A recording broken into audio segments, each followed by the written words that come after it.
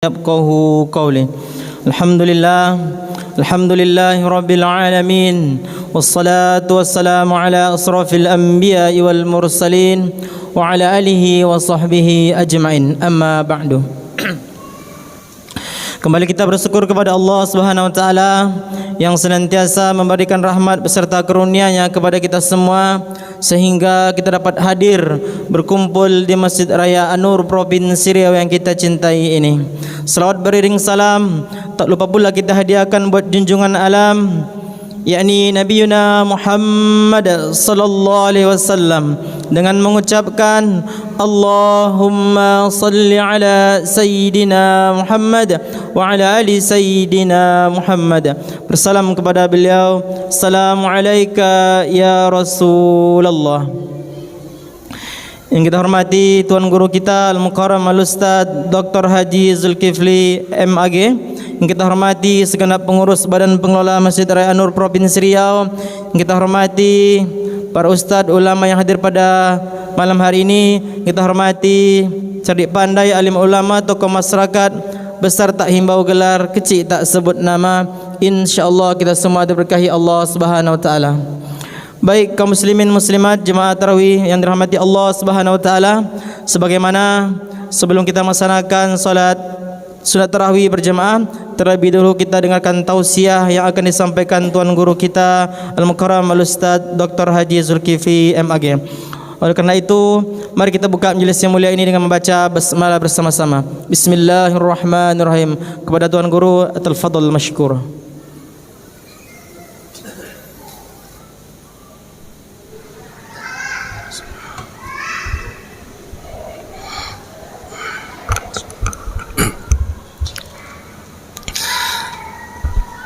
Bismillahirrahmanirrahim.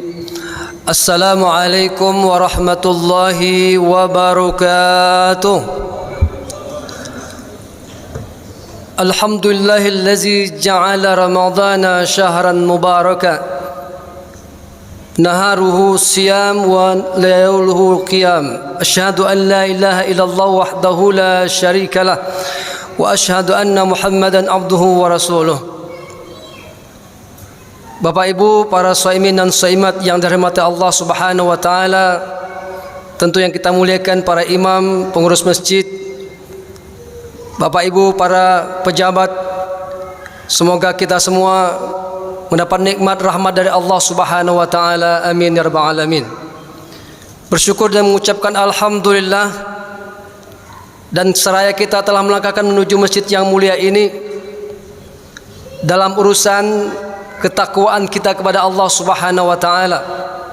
Karena memang banyak orang yang dengan bangganya mengucapkan alhamdulillah, seraya ucapan tersebut ternyata pelanggaran syariat Allah terjadi di antaranya.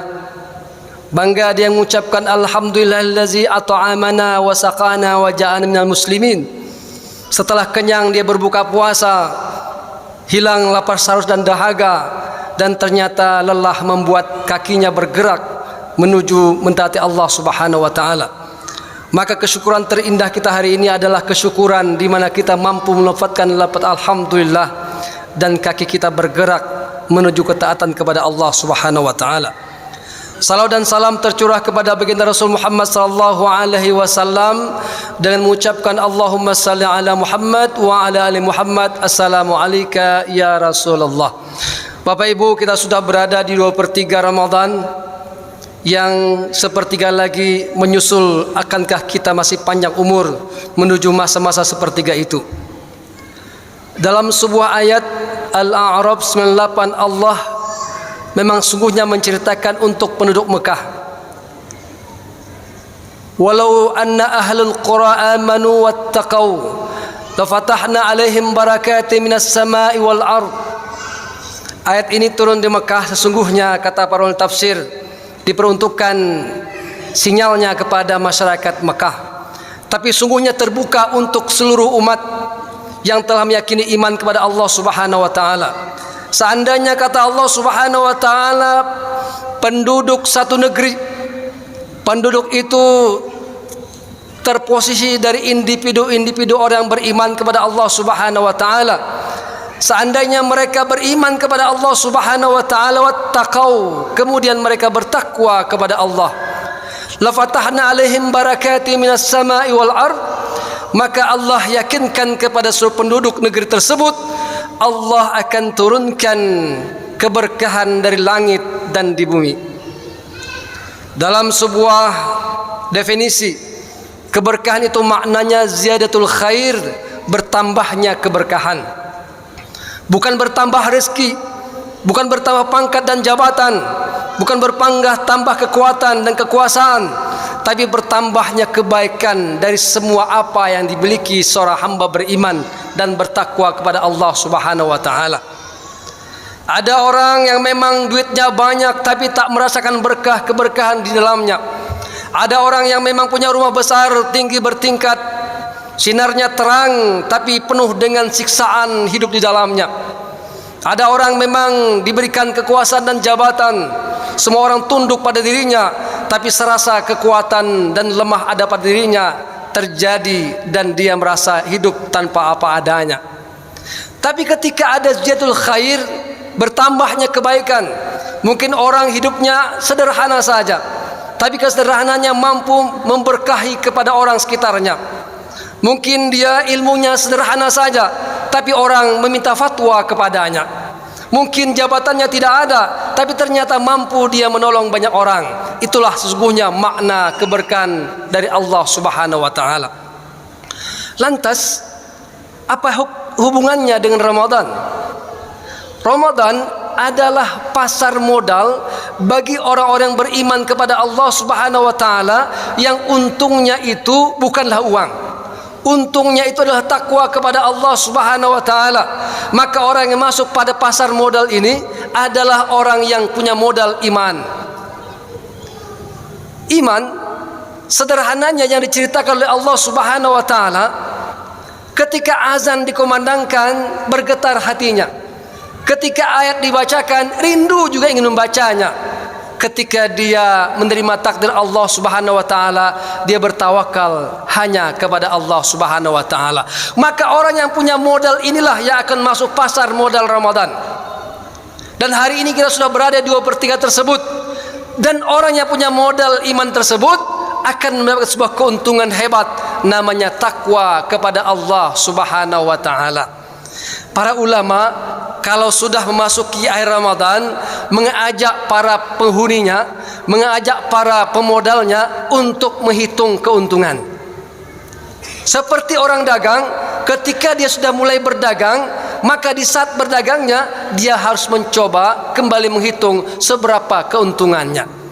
Atau jangan-jangan modal habis. Hari ini kita lihat di mana-mana masjid, orang di mana modal imannya ada di awal masjid, panitia sibuk dengan ramainya jamaah, sehingga dibuat tenda di mana-mana, payung dibuat di mana-mana, karena jamaah membludak dan tumben ribut masuk dalam masjid. Tapi seiring hari sehari, minggu ke minggu berjalan sampai menjelang akhir Ramadan, ternyata modal menipis dan akhirnya jatuh dalam pertengkaran pasar, jatuh dalam hiruk pikuk pasar, jatuh dalam keramaian dunia pasar, yang sungguhnya bukan itulah pasar Ramadan yang dimaksud Allah Subhanahu wa taala. Hari ini orang banyak macet di jalanan gara-gara diskon di mana-mana. Hari ini orang banyak macet di jalan gara-gara buka puasa di mana-mana bersama-sama, padahal dia sedang mengadu nasib dalam pasar Ramadan untuk meraih takwa kepada Allah Subhanahu wa taala. Bapak Ibu para saiman rahimakumullah, para ulama mengajak untuk mengevaluasi bagaimana sesungguhnya orang yang sudah mendapatkan pahala takwa, sudah mendapatkan amal-amal takwa kepada Allah Subhanahu wa taala itu. Bagaimana orang yang dengan modalnya mendapat beruntungan takwa dari Allah Subhanahu wa taala itu. Surat Al-Imran 134 135 Allah memberikan modal untuk melihatnya. Ternyata Bapak Ibu rahimakumullah, standar orang beriman itu amal-amal vertikal kepada Allah Subhanahu wa taala. Ketika hari ini kita berpuasa karena kita punya iman. Ketika kita hari ini sholat isya berjamaah karena kita punya iman. ketika bapak kakek kita berangkat haji karena mereka punya iman. Tapi ternyata ada satu amal takwa. Apa kata Allah Subhanahu wa taala yang pertama? Allazina yunfiquna fis sarra'i wad dharra. Amal tersebut ternyata amal sosial, bukan amal vertikal. Orang yang tadi beriman mendapat dalahan takwa kepada Allah Subhanahu wa taala, dia telah mengamalkan satu amal sosial. Yunfiquna fis sarra'i wad dharra. Dia telah mampu beramal sosial, menginfakkan hartanya di jalan Allah Subhanahu wa taala di tengah masyarakat orang duafa yang ada sekitarnya. Tapi ingat kata ulama, kalau orang kaya yang berinfak itu amal orang kaya yang beriman. Tapi manakala dia berinfak dalam keadaan susah, berinfak dalam keadaan duafa, dia hidup apa adanya, ternyata dia berinfak juga, maka itulah amal orang bertakwa. Hari ini Bapak Ibu, kalaulah kita menuju masjid yang mulia ini dalam keadaan udara segar, lampu terang menyala, kawan banyak ditemukan untuk silaturahmi, itu amal orang beriman. Tapi manakala subuh hari gelap gulita, lampu tak menyala, hujan tak reda-reda, dingin mencekam jiwa, ternyata kaki kita melangkah menuju masjid, menapaki gelapnya malam di bawah senter dan payung yang penada hujan, ternyata dingin, terasa mampu tetap dirinya melangkah menuju masjid, maka itu amal orang bertakwa. Maka oleh karenanya laboratorium ini coba kita lihat pada diri kita masing-masing. Kita lihat nanti kalau subuh gelap gulita, lampu tak bernyala, padahal rumah nggak jauh dari masjid sekitar kita, ternyata selimut tetap bersama kita. Bahkan ditambah lagi tebalnya selimut karena kaki mulai terasa dingin. Hujan ternyata rintik bahkan deras masih terdengar suaranya. Akankah selimut kita buka? Akankah kita akan berwudu menuju Allah Subhanahu wa taala? Kalau jawabannya iya, maka itulah sesungguhnya sifat takwa itu. Tapi kembali ke amal sosial tadi. Orang bertakwa, orang yang mampu berinfak, bukan hanya sekedar ketika dia mampu, bukan hanya sekedar dia kaya, ketika dalam keadaan susah pun dia mampu berinfak di jalan Allah Subhanahu wa taala. Yang pertama. Yang kedua kata Allah Subhanahu wa taala, wal kaziminal ghaiz, juga amal sosial. Orang bertakwa kepada Allah, orang yang mampu menahan amarah. Kalaulah kita hari ini pergi ke masjid ini karena panggilan iman, sepulang ke rumah nanti ternyata kolak yang kita simpan di kulkas habis, lantas marah-marah. Ternyata kita baru pada level iman. Dan iman belum menghantarkan kita menjadi takwa kepada Allah Subhanahu wa taala. Orang yang bertakwa dia mampu menahan amarah. Tapi bukan pula orang yang memang tak berani marah. Dicemeh sama istri di rumah diam. Dimarahin sama istri di rumah diam. Tanya sama tetangga kenapa dimarahin istri tak mau marah juga. Ternyata dia takut sama istrinya. Bukan itu yang dimaksud. Dia badannya kekar, perawakannya besar, dia mampu memecat siapa saja sekitarnya dan bahkan membanting siapa sekitarnya. Tapi karena efek 2/3 Ramadan telah berlalu, siang dia puasa, malam dia qiyamul lail, ternyata membentuk sel-selnya melemah menjadi hamba yang mampu menahan amarah. Salat di masjid, pulang di rumah, ternyata istrinya bikin kesal, anaknya bikin marah, ternyata senyum terpancar di wajahnya, kalimat marah tersimpan di hatinya, maka itu sungguhnya makna imannya telah mendapatkan amal-amal takwa kepada Allah Subhanahu wa taala. Yang ketiga kata Allah Subhanahu wa taala, karena singkat ceramahnya, wal afina 'anin nas. Orang beriman karena dia telah masuk ke pasar Ramadan, dia beri modal tersebut untuk beramal sehingga dia menjadi takwa kepada Allah Subhanahu wa taala. Afina 'anin nas. Dia mampu memaafkan siapa saja orang yang bersalah kepada dia. Satu hari ada sahabat yang Rasul ceritakan, ya sahabatku, di antara jamaah kita tadi ada yang surga merindukan namanya, orang-orang surga menyebut namanya. Ibnu Umar berkata, ya Rasulullah, siapa gerangan? Rasul berkata, Fulan bin Fulan, rumahnya sini dan sini. Ibnu Umar bergegas pulang dan dia tidak menuju rumah. Dia cari rumah yang Rasul bilang. Ternyata rumahnya bukan orang pejabat, rumahnya bukan besar bertingkat, dan ternyata uangnya tidak ada di rekening tempat sebagaimana orang kaya adanya. Biasa-biasa saja. Ibnu Umar penasaran, kok orang seperti ini yang Rasul bilang namanya dirindukan surga. Akhirnya beliau ingin nginap sehari 2 hari di rumahnya untuk melihat gerangan apa yang diamalkan oleh tuan tadi. Sehari 2 hari dilihat biasa saja. Kalau capek dia nyender istirahat, kalau haus dia minum, kalau lapar dia makan, kalau waktu sholat dia pergi jamaah dan sholat seperti biasa saja. Sudah 3 hari menginap, penasaran bertanya lagi Ibnu Umar kepadanya, Tuan, tolong kasih tahu saya sebelum saya izin pulang, apa amalan Tuan sehingga Rasul mengatakan, Tuan, ternyata ada hamba Allah yang dirindukan surga. Dia pikir, 1 kali memikir, tak ingat apa amalannya. Ternyata dia pun tak sadar apa amalannya. Sehingga teringat kepada Ibnu Umar, dia berkata, Tuan, ketahuilah bahwa saya adalah orang miskin, orang yang tak punya apa-apa, rumah pun sederhana yang seperti Tuan lihat. Tapi mata saya tak mampu ngantuk di malam hari, dan tak mampu tidur saya di malam hari sebelum saya bentangkan sejadah. Di sejadah itu saya berzikir, saya mendoakan semua orang yang telah bersalah sama saya. Si A yang telah memukul saya, ya Allah, ampunkan dia, jadikanlah orang dihormati oleh Allah Subhanahu wa taala. Si B yang telah memukul anak saya, ya Allah, ampunkan salah dia, jadikan dia sebagai hamba-Mu yang taat kepadamu, ya Allah. Sehingga sederet nama yang pernah bersalah sama dia, dia maafkan kesalahannya dan dia akan kepada Allah Subhanahu wa taala. Ternyata Ibnu Umar pulang bercerita kepada Rasulullah tentang ini dan ini. Apa kata Rasulullah? Itulah amal hamba Allah Subhanahu wa taala yang membuat orang surga rindu padanya. Wal afina 'anin nas. Kalau orang beriman dipukul, lantas dia membalas mukul, itu skor 1 lawan 1. Tapi kalau orang beriman dicubit lantas dia mukul, itu namanya dendam.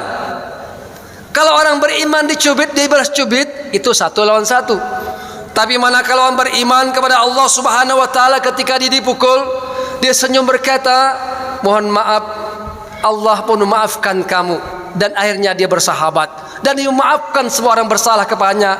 Maka itulah sesungguhnya amal orang bertakwa.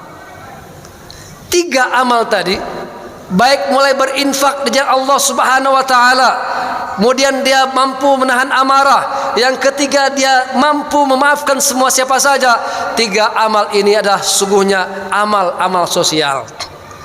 Maka bisa jadi di antara kita yang rajin sholatnya, selalu berada di saf-saf pertama, mengajinya tak bahkan khatam setiap harinya, zikir meneduhkan air mata, menangis setiap saatnya, ingat betapa dosa begitu banyaknya, tapi tak pernah negur tetangga, tak pernah bersalaman sama kawan dan sahabat, tak mau berkawan sama yang lain, tak mau diajak gotong royong, tak mau untuk berinfak bersedekah. Sesungguhnya ini adalah orang yang bangkrut, orang yang tersesat dalam imannya, tak selesai dalam modal imannya untuk menjadi takwa kepada Allah Subhanahu wa taala. Pak Ustadz, saya mungkin tak bisa seperti itu, dosaku begitu banyak, saya pernah berzina, saya pernah memukul orang, dan bahkan saya pernah membunuh orang. 135 Allah teruskan ayatnya, allazina iza fa'ala fahishatan aw zalamu anfusahum. Bisa jadi ada orang yang memang dalam kehidupannya dia fahsya, telah beramal keburukan, dia mungkin pernah beramal zina, dia mungkin pernah beramal keburukan, berjudi, bermaksiat. Kata Allah Subhanahu wa taala, pada dirinya ada peluang takwa. Pertama, zakarullah, dia berzikir kepada Allah Subhanahu wa taala. Ramadan ajang-ajang orang yang telah beramal maksiat agar dia berzikir kepada Allah Subhanahu wa taala. Kemudian fastaghfaru li dzunubihim, dalam zikirnya menetes air matanya, berzikir dia kepada Allah Subhanahu wa taala, berdoa dia, beristighfar dia kepada Allah Subhanahu wa taala, maka Allah mencucurkan amal-amal keampunan. Kemudian yang ketiga, walam yusirru ala ma fa'alu wa hum ya'lamun. Maka dengan amal ketiga, selesai keluar dari Ramadan dia stop dengan amal keburukannya. Yang tadi sebelum Ramadan dia berzina, masuk Ramadan dia berzikir dan meminta ampun kepada Allah Subhanahu wa taala. Keluar Ramadan berhenti dia beramal zina. Sebelum Ramadan dia berjudi, sebelum Ramadan dia narkoba, sebelum Ramadan dia bermaksiat, keburukan lainnya. Masuk Ramadan dia berzikir kepada Allah Subhanahu wa taala. Dalam zikirnya dia bertobat kepada Allah Subhanahu wa taala. Keluar Ramadan, walam yusirru ala ma fa'alu, tak mau mengulang lagi. Hilang amal dosanya, hilang amal zinanya, hilang amal membunuh orangnya, hilang amal memukul orangnya, karena dia sudah dapat predikat takwa kepada Allah Subhanahu wa taala. Maka ternyata hari ini kita masuk era Ramadan ini, sesungguhnya kita sudah masuk pasar yang sangat hebat, dan modalnya Allah berikan itulah iman. Tapi manakala orang tersesat dalam amal imannya, maka menipis imannya, bahkan bangkrut dalam perkara imannya, sehingga ketika masuk Idul Fitri dia tidak beridul fitri, tapi hanya berlebaran saja. Dia boleh mungkin pakaian baru, dia mungkin boleh pakaian minuman baru, banyak makanan kue lebaran baru, tapi sungguhnya dia tidak masuk pada era Idul Fitri menjadi hamba dengan modal imannya bertakwa kepada Allah Subhanahu wa taala. Semoga dengan kalimat singkat ini, dengan surah Al-Imran 134-35 ini menjadi laboratorium kita untuk membaca sudah sebauh mana modal iman yang kita miliki meraih amal takwa kepada Allah Subhanahu wa taala. Di akhir Ramadan ada sebuah amal hebat yang di dalamnya ada Lailatul Qadar, dan tentunya di sana ada kehebatan lain yang akan diceritakan oleh guru-guru kita yang lain. Semoga apa yang sampaikan ada hikmahnya, terkhusus pada desain kita semua. Semoga Allah memberkahi iman kita, meraihkan takwa kepada Allah Subhanahu wa taala. Amin ya rabbal alamin. Wallahu muwaffiq ila aqwamit thariq. Wassalamualaikum warahmatullahi wabarakatuh. Waalaikumsalam warahmatullahi wabarakatuh. Syukran, jazakallah khair kita ucapkan kepada Ustaz. Semoga apa yang beliau sampaikan bermanfaat untuk kita semua dan bisa kita aplikasikan dalam kehidupan sehari-hari. Baik, selanjutnya kami sampaikan laporan penerimaan infak 18 Ramadan 1444 Hijriah, Ahad 9 April 2023. Infak tausiah qabliyah tarawih yakni sebanyak Rp770.500. Infak kajian subuh Ahad yakni Rp375.000. Infak fakir mobil yakni Rp365.400. Infak fakir motor yakni Rp76.000. Sedangkan infak sandal ini Rp164.500. Dan total infak kita pada Ahad yakni Rp1.751.400. Baik, selanjutnya kami sampaikan adapun yang bertindak sebagai imam pada malam hari ini yakni Al-Ustaz Buya Amin Yono SSC Al-Hafiz, dan sebagai Bilal yakni Ustaz Azri SPD. Mungkin itu saja yang bisa kami sampaikan. Terakhir insyaallah 10 malam terakhir dan 10 hari terakhir kita akan siangnya akan mengadakan bedah buku, dan malamnya insyaallah akan diadakan itikaf secara bersama Ustaz bilang kita. Terima kasih atas perhatiannya. Wassalamualaikum warahmatullahi wabarakatuh.